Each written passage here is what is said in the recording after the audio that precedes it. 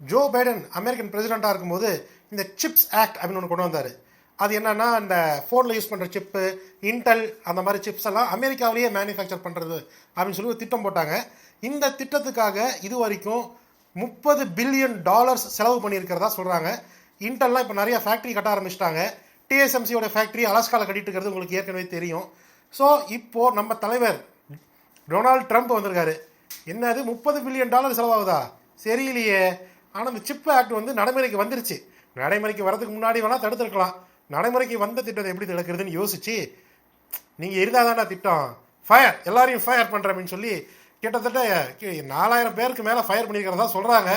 So ஆளுங்க இருந்தால் தானே திட்டம் நடக்கும். ஆளுங்களே இல்லைன்னா திட்டம் எப்படிப்பா நடக்கும் அப்படின்னு சொல்லி எல்லாத்தையும் தூக்கிட்டாரு. இது வந்து சொந்த காசில் சூனியை வச்சுக்கிறதுன்னு கேள்விப்பட்டிருப்பீங்களே, அதுதான் இந்த விஷயம். ஏன்னா ட்ரம்ப் எப்படிப்பட்ட ஆள்னா, நான் கொஞ்சம் மென்டல், எந்த நேரத்தில் என்ன பண்ணுவேன்னு எனக்கே தெரியாது, அப்படிப்பட்ட ஆள் தான். So subscribe.